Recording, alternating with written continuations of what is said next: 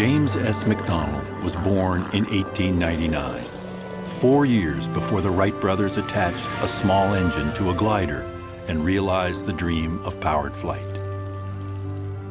He came of age as the world at large was celebrating the advent of aviation. The possibilities of flight were intoxicating to a young boy growing up in Little Rock, Arkansas. By the time Mr. Mack was 8 or 9 years old, the Wright brothers were making flights of an hour or longer at speeds of over 50 miles an hour and higher than 2,000 feet. So he was very much into the new technology of the new century.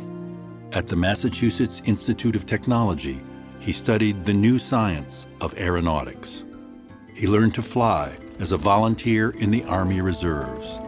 My father enjoyed experimenting with his airplane and see what it could do.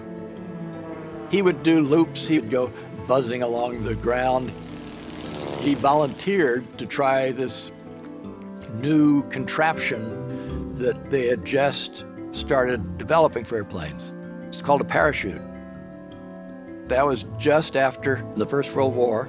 Airplanes were still considered unusual and dangerous things, with one experimenter on each wing during takeoff, lying on the wing, holding on, got up to altitude, and then the pilot would signal and they would let go. He thought that was a magical experience. He shouted hallelujahs all the way down because it was such a free feeling floating through the air.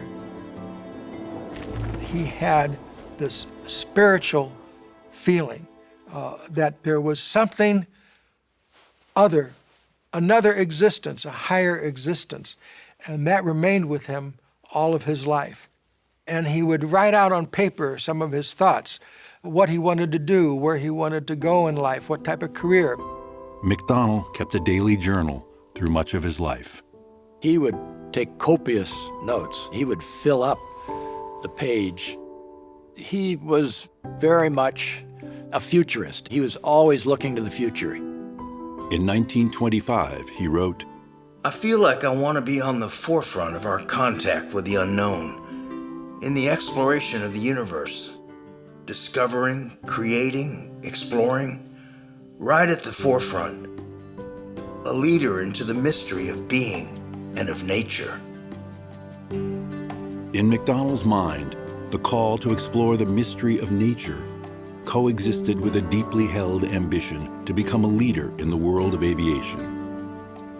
He continued in his journal.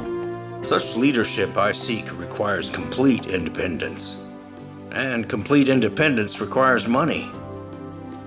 Money must be obtained by industrial activity, and that I shall do by the manufacture of aircraft.